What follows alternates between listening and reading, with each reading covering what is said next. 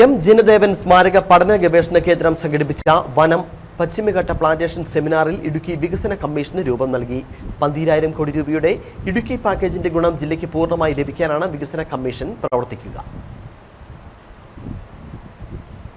സംസ്ഥാന ആസൂത്രണ board director Biju P Alex ചെയർമാനും കർഷക സംഘം ജില്ലാ പ്രസിഡന്റ് റോമിയോ സെബാസ്റ്റ്യൻ കൺവീനറുമായി പ്രവർത്തിക്കും.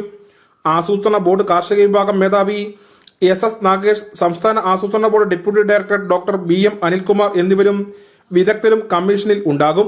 3 രേഖകൾ കമ്മീഷൻ ഉടൻ തയ്യാറാക്കും. സെമിനാറിൽ ഉയർന്ന നിർദ്ദേശങ്ങൾ ഇതിൽ ഉൾപ്പെടും.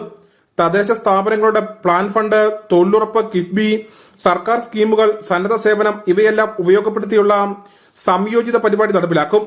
3 രേഖകൾ ചർച്ച ചെയ്യുന്നതിന് ജൂൺ 16, 17 തീയതികളിൽ ജനപ്രതിനിധികൾ, വിദഗ്ധർ, സംരംഭകർ എന്നിവരെ പങ്കെടുപ്പിച്ച് ദ്വിദിന ശില്പശാല എം ജിനദേവൻ പഠന ഗവേഷണ കേന്ദ്രം സംഘടിപ്പിക്കും. News bureau, Peermade.